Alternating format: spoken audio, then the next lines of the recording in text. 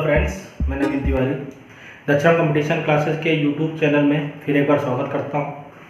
आप सभी लोग, हम लोगों ने अभी तक की भूगोल का लेक्चर 1, लेक्चर 2, लेक्चर 3 टॉपिक उन्होंने पढ़ा, जिसमें उन्होंने लैटीट्यूड एंड लॉन्गिट्यूड को पढ़ा। आज हम लोग ये टॉपिक पढ़ेंगे संविधान से। संविधान में एक टॉपिक सब लोग जानते होंगे, उपराष्ट्रपति, वाइस प्रेसिडेंट जिसको हम लोग बोलते हैं। वाइस प्रेसिडेंट या उपराष्ट्रपति को पढ़ने के लिए हम लोग एक ट्रिक लेकर आए हैं। वो ट्रिक है परास रानी को चुपचाप साथ ला। क्या भैया ठीक है? फिर से देखते हैं। परास रानी को चुपचाप साथ ला। कहीं आप देख रहे होंगे ये रेड मार्कर दिख रहा होगा आप लोग को। ये रेड मार्कर है। इसका मतलब यहाँ पर ये है कि इन चीजों पर हमें ध्यान नहीं देना है। ये दोनों चीजें क्या है? साइलेंट है। दोनों चीजें क्या है? साइलेंट। जो अदर शब्द लिखे हैं यहाँ पर कोई ना कोई आपको आर्टिकल्स मिलेगा और उसको ध्यानपूर्वक आप लोग सभी को देखना है। क्या आर्टिकल्स हैं समझते हैं। सबसे पहले लिखा है परास, मतलब परास। पास होता है पद। हमारा जो उपराष्ट्रपति का जो पद है वो आर्टिकल अनुच्छेद 63, आर्टिकल 63 में उल्लेखित किया गया है। आगे देखते हैं। रास मतलब होता है राज्यसभा के सभापति के रूप में। मैं आपको एक चीज बताना चाहूंगा, जो भारत देश के संविधान में उपराष्ट्रपति का जो पद रखा गया है उसे जो वेतन दिया जाता है वो सिर्फ इस बात के लिए दिया जाता है क्योंकि वो हमारी राज्यसभा की सभापति के रूप में उसे नियुक्त किया जाता है। या हम लोग सीधे सीधे कह सकते हैं राज्यसभा की बैठकों का पूरी तरीके से वो आयोजन करता है। इसी बात के लिए उसे हम लोग इसे वेतन प्राप्त करते हैं या प्रदान करते हैं। इसका जो हम लोगों ने राज्यसभा के सभापति के रूप में जो हमने उसे नियुक्त किया है वो किस आर्टिकल के तहत रखा गया? 64 के तहत रखा गया। ध्यान रखिएगा। यहाँ पर रानी शब्द दिख रहा होगा। रानी को दो पार्टों में डिवाइड करना। रा अलग है, नी अलग है। रा मतलब यहाँ क्या है? राष्ट्रपति के रूप में जितने भी कार्य होते हैं, यदि किसी भी कारणवश राष्ट्रपति नहीं है, किसी कारणवश राष्ट्रपति नहीं है तो उन समस्त कार्यों को कौन करता है? पूरा उपराष्ट्रपति करता है। किस आर्टिकल के तहत करता है? 65। या सीधे डायरेक्टली कह सकते हैं, यदि किसी भी स्थिति में हमारा राष्ट्रपति अनुपस्थित है तो उन समस्त कार्यों को कौन देखेगा? उपराष्ट्रपति देखेगा। ये किस आर्टिकल में उल्लेखित किया गया है? 65 में कहा गया है। नी, ये जो नी है, इस नी का मतलब निर्वाचन से है। क्या भैया? निर्वाचन मतलब उसको किसका चुनाव किस तरीके से किया जाता है, या कोई व्यक्ति राष्ट्रपति बनता है तो उसके निर्वाचन के लिए क्या क्या अर्हताएं होनी चाहिए, इन सब को लोग हम लोगों ने आर्टिकल 63 में किया है। निर्वाचन में आप चीज बताना चाहूंगा कि उपराष्ट्रपति का जब भी निर्वाचन होता है तो इस निर्वाचन में ध्यान रखिएगा, लोकसभा व राज्यसभा के सभी सदस्य भाग लेते हैं। सब लोग देख पा रहे हो क्या लिखा है? लोकसभा व राज्यसभा के सभी सदस्य भाग लेते हैं। इसका मतलब क्या हुआ देखते हैं। आपको पता होगा कि हमारे यहाँ दो प्रकार के सदस्यों का चुनाव होता है। एक यहां देख पा रहे हो आप लोग जगह, एक निर्वाचित सदस्य होते हैं, दूसरा मनोनीत होते हैं। इस निर्वाचित और मनोनीत में अंतर क्या होता है? निर्वाचित सदस्य वो होते हैं जो जनता के माध्यम से चुने जाते हैं, उन्हें हम लोग निर्वाचित कहते हैं। और मनोनीत सदस्य वो होते हैं जो राष्ट्रपति द्वारा जिनका सीधे मनोनयन होता है। जैसे आपने कहीं ना कहीं देखा होगा, राज्यसभा में लिखा था 12 सदस्य। जो 12 सदस्य होते हैं वो राज्यसभा में मनोनीत होते हैं। कहां से होते हैं? कला, साहित्य, शिक्षा, विज्ञान के क्षेत्र से होते हैं। ऐसे ही लोकसभा में भैया ध्यान रखिएगा, हमारे यहाँ 2 एंग्लो इंडियन मनोनीत किए जाते हैं। क्या मनोनीत किए जाते हैं? 2 एंग्लो इंडियन। जो एंग्लो इंडियन होते हैं उनका मनोनयन भी कौन करता है? राष्ट्रपति। लेकिन हमारे यहाँ जब भी उपराष्ट्रपति और राष्ट्रपति, इन दोनों के चुनाव में थोड़ा सा डिफरेंस ध्यान रखेगा। हम लोग अभी टॉपिक उपराष्ट्रपति पढ़ रहे हैं तो पहले उपराष्ट्रपति देखते हैं। उपराष्ट्रपति के चुनाव में लोकसभा, राज्यसभा के सभी निर्वाचित एवं मनोनीत, मतलब दोनों के दोनों सदस्य उपराष्ट्रपति के चुनाव में भाग लेते हैं। लेकिन जब राष्ट्रपति का चुनाव होता है बेटा, तो सब लोग ध्यान रखिएगा, सिर्फ निर्वाचित सदस्य भाग लेते हैं, ना कि मनोनीत सदस्य कभी भी भाग नहीं लेता है। तो ध्यान रखिएगा, उपराष्ट्रपति के चुनाव में कौन भाग लेगा? निर्वाचित एवं मनोनीत दोनों भाग लेंगे। लेकिन ध्यान रखिएगा, राष्ट्रपति के चुनाव में सिर्फ निर्वाचित सदस्य क्या लेते हैं बेटा? भाग लेते हैं, मनोनीत सदस्य कभी भाग नहीं लेते हैं। चलिए अब आगे देखते हैं। का मतलब यहां ध्यान रखिएगा कार्यकाल, मतलब कुल मिला के टाइम पीरियड, कार्यकाल। उपराष्ट्रपति का जो कार्यकाल है उसका उल्लेखन किया गया है 67 में, ध्यान रखिएगा, अनुच्छेद 67 मतलब 67 में किया गया है। उपराष्ट्रपति का कार्यकाल सर होता है, ध्यान रखिएगा, 5 वर्ष का। अब कुछ लोग यहाँ पे कंफ्यूज हो गए होंगे, सर अभी आप कह रहे हैं कि राज्यसभा की सभापति करता है, तो सर हमने तो पढ़ रखा है कि राज्यसभा के सदस्य का कार्यकाल 6 वर्ष का होता है। यदि यह भी राज्यसभा से संबंधित है तो इसका भी कार्यकाल 6 वर्ष ही होना चाहिए, आप यहाँ 5 वर्ष बता रहे हैं। तो ये ध्यान रखिएगा, ये मोस्ट इंपॉर्टेंट अपने में क्वेश्चन है। जब क्वेश्चन लिखा जाता है राज्यसभा के सदस्य का कार्यकाल, जब राज्यसभा के सदस्य का कार्यकाल लिखा हो तो ध्यान रखिएगा, टिक लगा के आना है 6 वर्ष। लेकिन यही लिखा हो राज्यसभा के सभापति का कार्यकाल, बात क्लियर हो रही है नहीं क्लियर हो रही? राज्यसभा के सभापति का कार्यकाल, तब यहां लगा के आना है 5 वर्ष। क्या लगा बेटा आना है? 5 वर्ष। दोनों में आप लोग बिल्कुल क्लियर हो गया होगा। राज्यसभा के सदस्य शब्द लगा हो, सदस्य का कार्यकाल 6 वर्ष का, राज्यसभा के सभापति का कार्यकाल बोले तो उपराष्ट्रपति का कार्यकाल 5 वर्ष का। एक चीज बताना चाहूंगा, जो राज्यसभा का सभापति जो उपराष्ट्रपति बनाया जाता है बेटा, उसको राज्यसभा के सभापति के रूप में जब नियुक्त करते हैं तो इसी रूप में उसे हम लोग क्या देते हैं? वेतन भी देते हैं। क्या देते हैं? वेतन। कुल मिला के यहाँ चीज क्लियर हो गई कि हमारे यहाँ राज्यसभा की सभापति कौन करता है? उपराष्ट्रपति। उपराष्ट्रपति की नियुक्ति क्यों जरूरी है? क्योंकि वो राज्यसभा की किसको करता है? जितनी बैठकें होती हैं उन बैठकों की सभापति करता है। इसी बात के लिए उसे हम क्या देते हैं? वेतन देते हैं। वेतन कितना होता है? 4 लाख। कितना होता है बेटा? 4 लाख। कुछ किताबों में कुछ जगह आपने पढ़ रखा सर 1,25,000 हमने सर सुना था, बिल्कुल सही सुना था। अभी हाल ही में जब वेतन आयोग लागू हुआ तो सबके वेतन क्या हो गए भैया? बढ़ गए हैं। ऐसे राष्ट्रपति का वेतन 5 लाख हो गया है, ऐसे उपराष्ट्रपति का वेतन कितना हो गया भैया? 4 लाख रुपए हो चुका है। ध्यान रखिएगा, ठीक है। आगे देखते हैं चुप। इस चुप का अर्थ है चुनाव अंतराल। ये क्या चीज है जी? चुनाव अंतराल क्या चीज है? चुनाव अंतराल का मतलब होता है कि जब भी किसी भी स्थिति में उपराष्ट्रपति का पद खाली हो या आकस्मिक रूप से खाली हो, कुछ भी स्थिति आ जाए तो ऐसी स्थिति में उसका पद हम लोग क्या कर लेते हैं? भर लेते हैं। जब पद भरते हैं तो उसके एक चुनाव कराना पड़ता है। तो टाइम पीरियड हमने सुन रखा होगा 6 माह, जिसको बोलते हैं 180 दिन। तो 180 दिन के अंदर अंदर हम लोग उस टाइम पीरियड के दौरान चुनाव अंतराल मतलब चुनाव जो होगा उस अंतराल समय में 180 दिन के अंदर अंदर हम लोग उपराष्ट्रपति को पुनः एक बार क्या कर देते हैं भैया? नया उपराष्ट्रपति या किसी अदर को हम लोग राष्ट्रपति के रूप में नियुक्त कर दिया जाता है। ठीक। अब यहां से बात खुल के आई। क्या खुल के आई कि क्या सर अगर उपराष्ट्रपति का पद खाली है तो क्या ऐसी स्थिति में किसी कार्यवाहक व्यक्ति को कार्यवाहक के रूप में उपराष्ट्रपति नियुक्त किया जा सकता है? तो तुरंत इसका आंसर देंगे नहीं किया जा सकता है। तो बात क्लियर हो गई, नहीं किया जा सकता है। तो क्लियर हो गया कि कभी भी अगर किसी स्थिति में आकस्मिक स्थिति में उपराष्ट्रपति का पद खाली हो तो कभी भी कार्यवाहक उपराष्ट्रपति नियुक्त नहीं करेंगे। इसके स्थान पर क्या होता है सर जी? तो इसके स्थान उसके पद को कौन संभालेगा? तो उसके पद को संभालेगा कौन बेटा? राज्यसभा का उप सभापति। देख पा रहे हो यहाँ पर सब लोग भैया? ध्यान रखिएगा। तो सब लोग ध्यान रखिएगा, कौन इस पद को संभालेगा भैया? उप सभापति। तो क्लियर हो गया होगा कि जब भी उपराष्ट्रपति का पद यदि किसी भी स्थिति में खाली होता है तो कभी भी कार्यवाहक उपराष्ट्रपति नियुक्त नहीं करते हैं। सदैव ध्यान रखिएगा, राज्यसभा का उप जो सभापति होता है वो इस पद को क्या कर लेता है? संभाल लेता है। ठीक।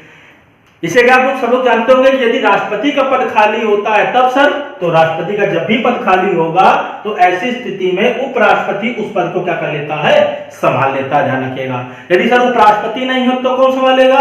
तो संभालेगा सर्वोच्च न्यायालय का मुख्य न्यायाधीश। अगर वो भी नहीं है सर तो कौन संभालेगा? संभालेगा सर्वोच्च न्यायालय का वरिष्ठ न्यायाधीश। सर वो भी नहीं तो कौन संभालेगा? तो ध्यान रखिएगा पीठासीन अधिकारी को संभालता है। ध्यान रखिएगा। क्लियर हो गया होगा। आगे देखते हैं भैया। यहां लिखा है चाप। मैंने कहा जहां रेड रेड दिख रहा है आपको, ध्यान रखिएगा। तो ये क्या है, साइलेंट। ये क्या है भैया, साइलेंट, मतलब चाप से किसी प्रकार से कोई यहाँ पर आर्टिकल नहीं जुड़ा हुआ है। अच्छा, आगे देखते हैं सात। सर ये सात क्या है? सात का मतलब शपथ है। क्या बेटा, शपथ। उपराष्ट्रपति को शपथ दिलाता है, कौन दिलाता है, राष्ट्रपति दिलाता है। तो देख पा रहे होंगे यहाँ पर भैया कि उपराष्ट्रपति को कौन शपथ दिलाता है, राष्ट्रपति दिलाता है। किस आर्टिकल तहत दिलाता है, 69 के तहत दिलाता है। किस आर्टिकल तहत दिलाता है बेटा, 69 के तहत दिलाता है, ध्यान रखिएगा, ठीक ना। तो उपराष्ट्रपति को जो शपथ दिलाता है वो कौन दिलाता है, राष्ट्रपति दिलाता है। किस आर्टिकल तहत दिलाता है भैया, 69 के तहत दिलाता है। तो सभी को ये पूरी पूरी ट्रिक क्लियर हो गई होगी। क्या लिखा मैंने बताया, परास रानी को चुपचाप साथ लाओ। पा मतलब पद, उपराष्ट्रपति का पद किस अनुच्छेद में लिखा है, 63 में। राज मतलब क्या है, राज्यसभा के सभापति के रूप में ही उसे वेतन प्रदान किया जाता है। वेतन कितना है, 4 लाख। किस आर्टिकल में उल्लेखित किया गया, 64 में। ठीक भाई, अगर लिखा है राष्ट्र रानी, रानी मतलब रा अलग है, नी अलग है। रा मतलब क्या हो गया, राष्ट्रपति के रूप में। किसी आकस्मिक स्थिति में यदि उपराष्ट्रपति राष्ट्रपति का पद खाली है तो ऐसी स्थिति में जो उपराष्ट्रपति होता है वो राष्ट्रपति के रूप में उस पद को क्या कर लेता है, संभाल लेता है। ये किस आर्टिकल में लिखा गया, 65 में, ध्यान रखिएगा। नी मतलब क्या हो गया बेटा, निर्वाचन। उपराष्ट्रपति का निर्वाचन किस आर्टिकल में लिखा गया, 66 में। उपराष्ट्रपति के चुनाव में कौन कौन भाग लेते हैं, तो लोकसभा के व राज्यसभा के सभी सदस्य भाग लेते हैं। सदस्य में ध्यान रखिएगा, इसमें कुछ निर्वाचित सदस्य भी होते हैं, कुछ मनोनीत सदस्य भी होते हैं। निर्वाचित सदस्य मैंने थोड़े पहले बताया, वह सदस्य जो जनता द्वारा क्या किए जाते हैं, चुने जाते हैं, उन्हें हम लोग निर्वाचित कहते हैं। और राष्ट्रपति जिनको मनोनीत करता है वो मनोनीत होते हैं। उपराष्ट्रपति के चुनाव में दोनों भाग लेते हैं, लेकिन राष्ट्रपति के चुनाव से बेटा थोड़ी पहले मैं चर्चा चलाई, सिर्फ कौन लेता है, निर्वाचित सदस्य भाग लेता है, कभी मनोनीत सदस्य भाग नहीं लेता है। आगे आते हैं, का मतलब हो गया कार्यकाल। तो हमारा कार्यकाल है वो किस आर्टिकल में लिखा गया, 67 में लिखा गया है। कितने वर्ष का कार्यकाल होता है, 5 वर्ष का होता है। मैंने थोड़ी चर्चा चलाई कि सर जी हमने सुना है कि राज्यसभा, आप बता रहे राज्यसभा के जो सभापति है तो वो कार्यकाल उसका होना चाहिए 6 वर्ष, लेकिन आप तो लिख रहे हो 5 वर्ष। मैं थोड़ी देर पहले बताया कि राज्यसभा के सदस्य का कार्यकाल जब पूछे, किसका, सदस्य का, तो होगा क्या होता होगा, 6 वर्ष। लेकिन राज्यसभा के सभापति का कार्यकाल पूछे तो बताएंगे हम लोग 5 वर्ष। ये कंफ्यूजन बिल्कुल क्लियर हो गया होगा। आगे देखते हैं। चुप मतलब लिखा चुनाव अंतराल, बहुत ध्यान समझिए, मैं फिर दोबारा रिपीट कर रहा हूं चीज को। चुनाव अंतराल, चुनाव का मतलब अंतराल होता है यदि किसी भी स्थिति में उपराष्ट्रपति का पद खाली है तो ऐसी स्थिति में 6 माह या 180 दिन के अंदर, कितना माह, 6 माह या 180 दिन के अंदर हम लोग उस पद को दोबारा भर लेते हैं।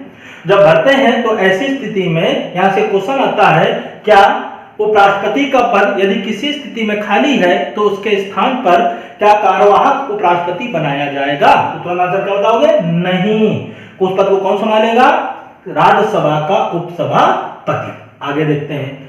चाप मतलब बताया मैंने, साइलेंट है। सात मतलब बताया, शपथ। उपराष्ट्रपति शपथ कौन दिलाता है बेटा, राष्ट्रपति। किस आर्टिकल से दिलाता है, 69 के तहत। लाओ यहाँ पर क्या है बेटा, साइलेंट।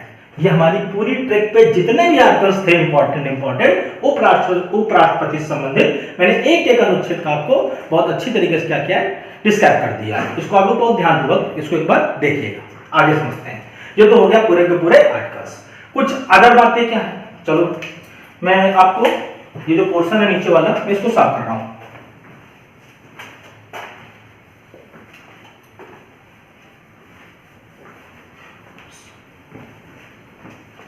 सब लोग अपने पेन कापी लेके इसको नोट भी कर लीजिएगा एक बार ट्रिक को।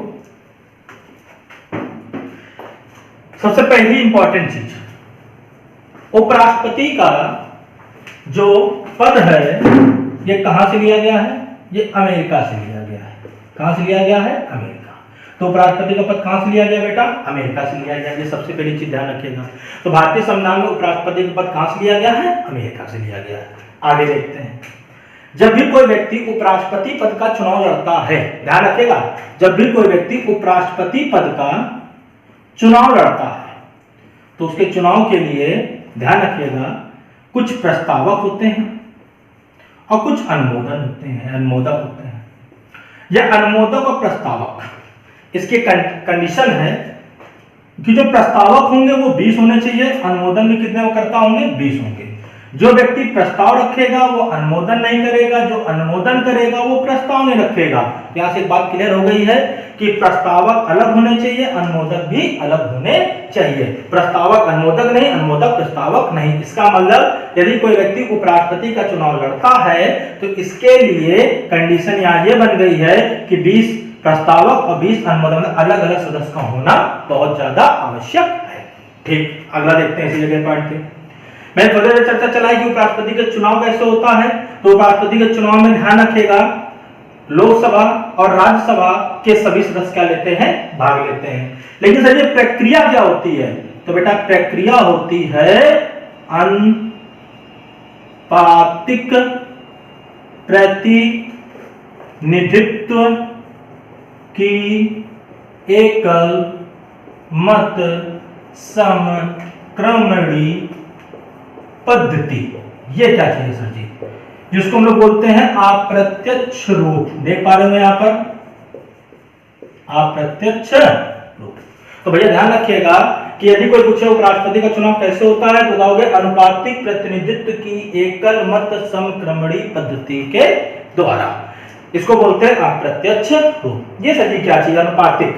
बेटा ध्यान रखिएगा, हमारे यहाँ जितने भी सांसद होते हैं, जितने भी हमारे यहाँ राज्य के अंदर विधायक होते हैं, जो राज्यसभा सदस्य होते हैं, इन सबका अपने में एक वैल्यू, वोट ऑफ वैल्यू होती है। वो निकालने का तरीका होता है। मैं आपको राष्ट्रपति का जो अपना अलग चैप्टर में उसको पढ़ाऊंगा, वो थोड़ा सा बड़ा चैप्टर, तो वहां में एक एक चीज बताऊंगा कैसे उसकी डिटेल निकाली जाती है। ध्यान रखेगा, उसमें 1971 जनसंख्या में भागा दे के उससे निकालते हैं। यहाँ मोटा मोटा समझ लेते हैं कि हर एक सांसद का अपनी एक वोट ऑफ वैल्यू होती है। उस वोट ऑफ वैल्यू के आधार पर ही हमारे यहाँ राष्ट्रपति को चुना जाता है। इस वोट वैल्यू का सिस्टम ये होता है, यदि किसी व्यक्ति को 50+1 मतलब कुल मिला के 50+1% यदि किसी व्यक्ति को वोट मिलते हैं तो वही व्यक्ति बन जाता है राष्ट्रपति या उपराष्ट्रपति। दोनों कंडीशन सेम है, दोनों को 50+1% क्या चाहिए होते हैं, वोट। यहां इसका तरीका क्या हुआ, हम थोड़ी देर के लिए मान लेते हैं किसी व्यक्ति को मान लेते हैं 100 वोट पड़ने हैं।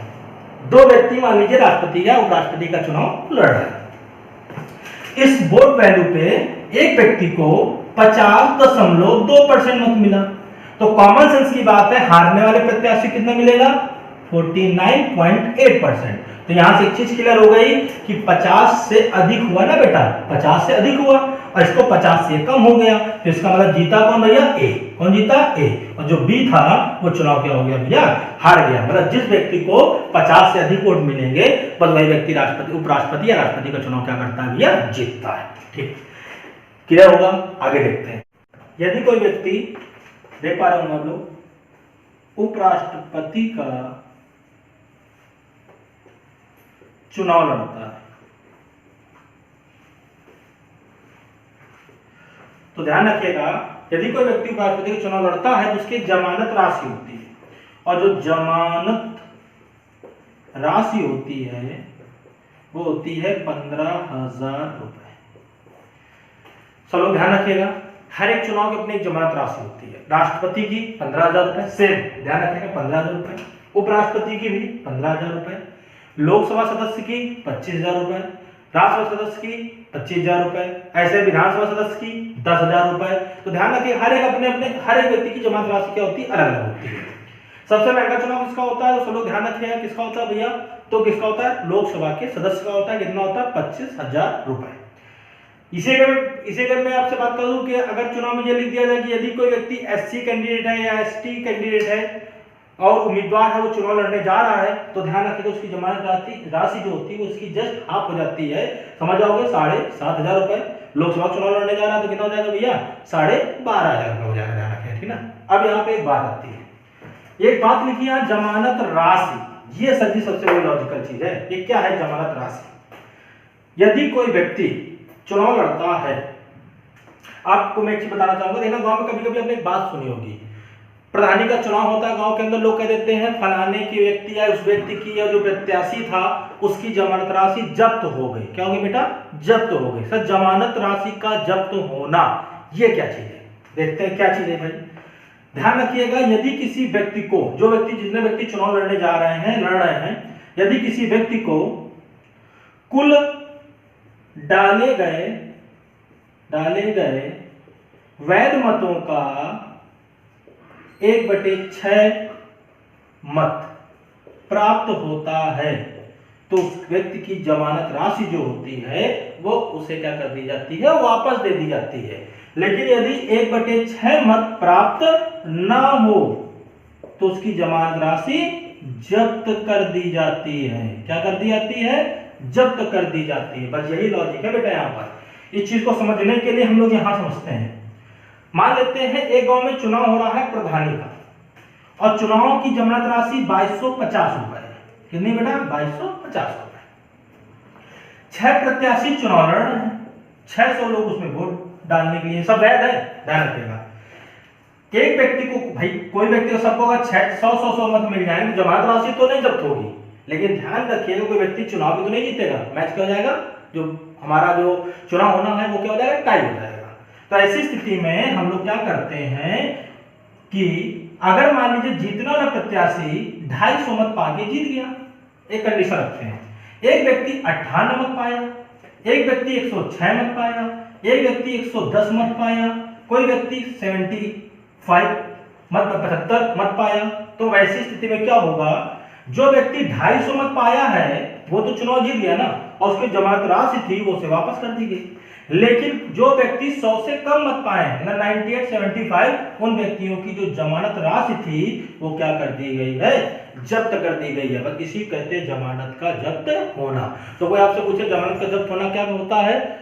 यदि कोई व्यक्ति डाले गए कुल वैध मतों का 1/6 मत प्राप्त नहीं कर पाता है तो उस व्यक्ति की जमानत राशि क्या कर दी जाती है, जब्त कर दी जाती होगी। बिल्कुल क्लियर होगा जमानत राशि कैसे जब्त होती है? तो वैध मतों के 1/6 मत यदि ना प्राप्त हो तो जमानत राशि क्या हो जाएगी भैया, जब्त हो जाएगी। बिल्कुल क्लियर हो गया होगा। आगे समझते हैं भैया, इसको मैं साफ करना चाहूंगा, इसको मैं साफ करना चाहूंगा।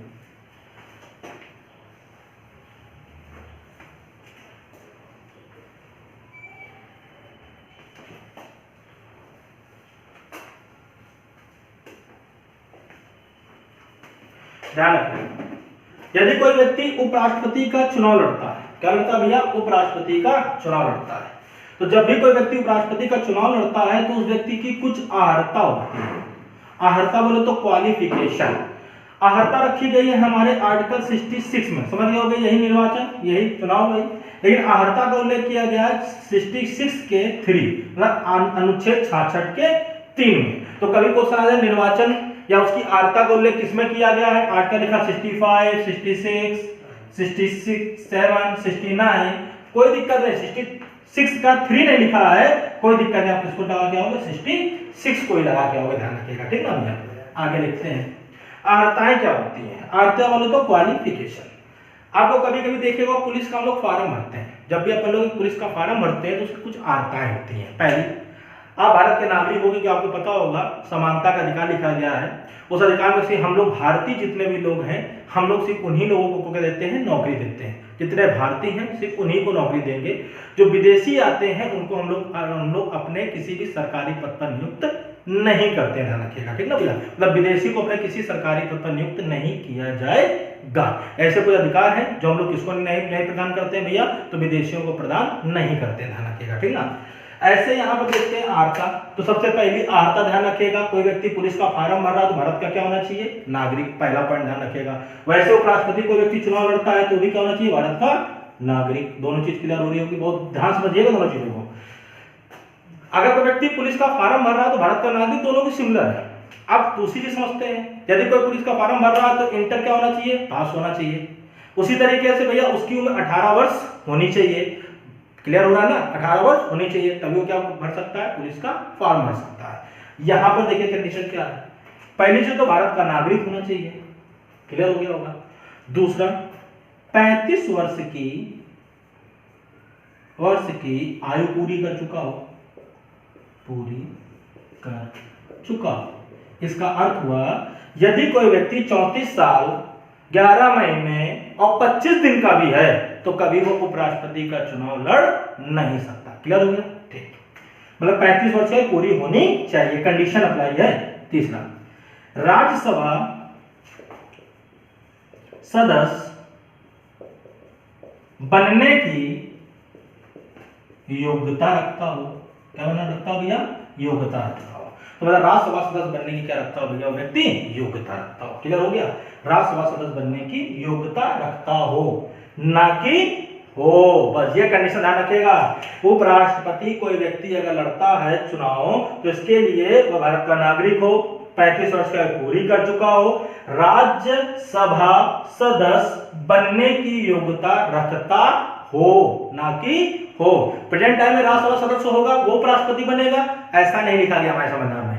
हमारे संविधान लिखा गया है जो व्यक्ति उपराष्ट्रपति का चुनाव लड़ने जा रहा है वो राज्यसभा सदस्य बनने की योग्यता रखता हो।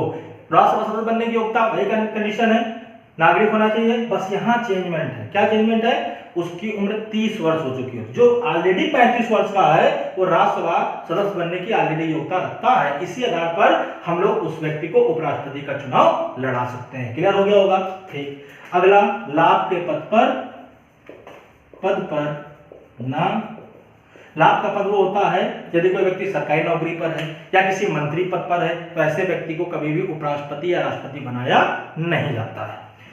राष्ट्रपति में सिर्फ इतना अंतर होता है, जब भी कोई राष्ट्रपति चर्चा चलाए तो यहाँ ना लिखा है राज्यसभा सदस्य बनने की योग्यता रखता हो, वहां लिखा होता है लोकसभा सदस्य बनने की योग्यता रखता हो। क्या, लोकसभा सदस्य बनने की योग्यता रखता हो। और सब चीजें क्या होती है बेटा, सेम, आर्टिकल उसका अलग होता है, ध्यान रखिए। ठीक ना, चलिए आगे देखते हैं।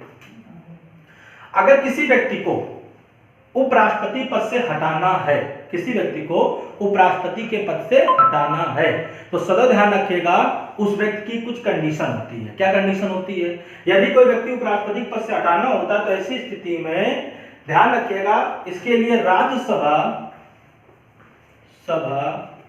के कुल सदस्यों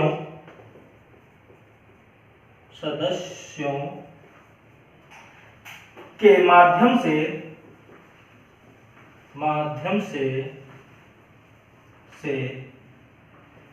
या माध्यम में क्या राज्यसभा सदस्यों के बहुमत से लिखेंगे। क्या लिख देंगे, बहुमत के द्वारा एक प्रस्ताव पारित कराया जाता है।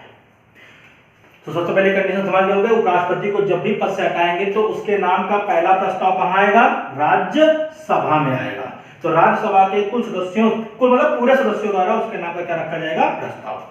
तत्पश्चात उसे कहां भेजा जाएगा, लोकसभा। और जो लोकसभा के सदस्य होंगे वो इसका क्या कर देंगे, अनुमोदन। और जहां लोकसभा सदस्य का अनुमोदन कर देंगे उपराष्ट्रपति को उसके पद से क्या कर दिया जाता है बेटा, हटा दिया जाता है। तो कोई पूछे उपराष्ट्रपति को हटाने के लिए सबसे पहले उसके नाम का प्रस्ताव कहां रखा जाएगा, तो राज्यसभा में रखा जाएगा। फिर कहां जाएगा, लोकसभा। लोकसभा उसका क्या कर देगा, अनुमोदन कर देगा। और जहां लोकसभा उसका अनुमोदन कर देगा उसको उसके पद से क्या कर दिया जाता है बेटा, हटा दिया जाता है। ध्यान रखिएगा, ठीक ना।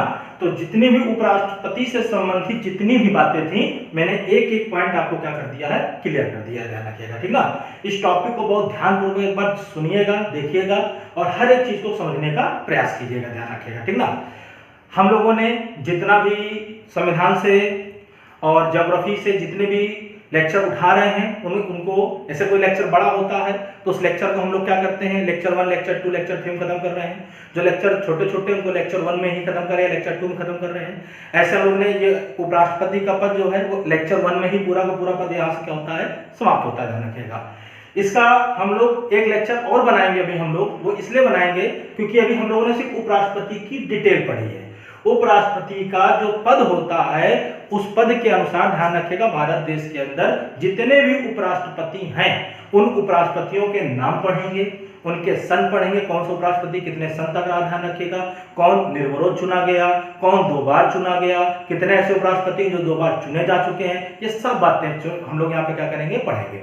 उनके बारे में 2-2, 4-4, 5-5 लाइनें आपको बताऊंगा जहां आज वर्तमान में क्वेश्चंस हमको मिलते हैं। पहले वाले पूछा था कि 6वां उपराष्ट्रपति कौन था, 7वां उपराष्ट्रपति कौन था, लगातार 2 बार निर्वाचित होने वाला उपराष्ट्रपति कौन है। आजकल इस तरीके से नहीं होता है। आजकल क्वेश्चन पूछा जाता है इनमें से कौन सा उपराष्ट्रपति जो निर्विरोध चुना गया, ऐसा कौन सा उपराष्ट्रपति इसके कार्यकाल के बीच में मृत्यु हो गई। तो ये सब उसके चैप्टर के 20 से आपके ध्यान रखिएगा। तो अभी मैं लेक्चर 2 डालूंगा, उसमें एक एक उपराष्ट्रपति को मैं समझाऊंगा, उनकी पूरी डिटेल दूंगा। ध्यान रखिएगा, ठीक ना। आज 7वां उपराष्ट्रपति का चैप्टर क्या होता है भैया, खत्म होता है। जय हिंद, जय भारत।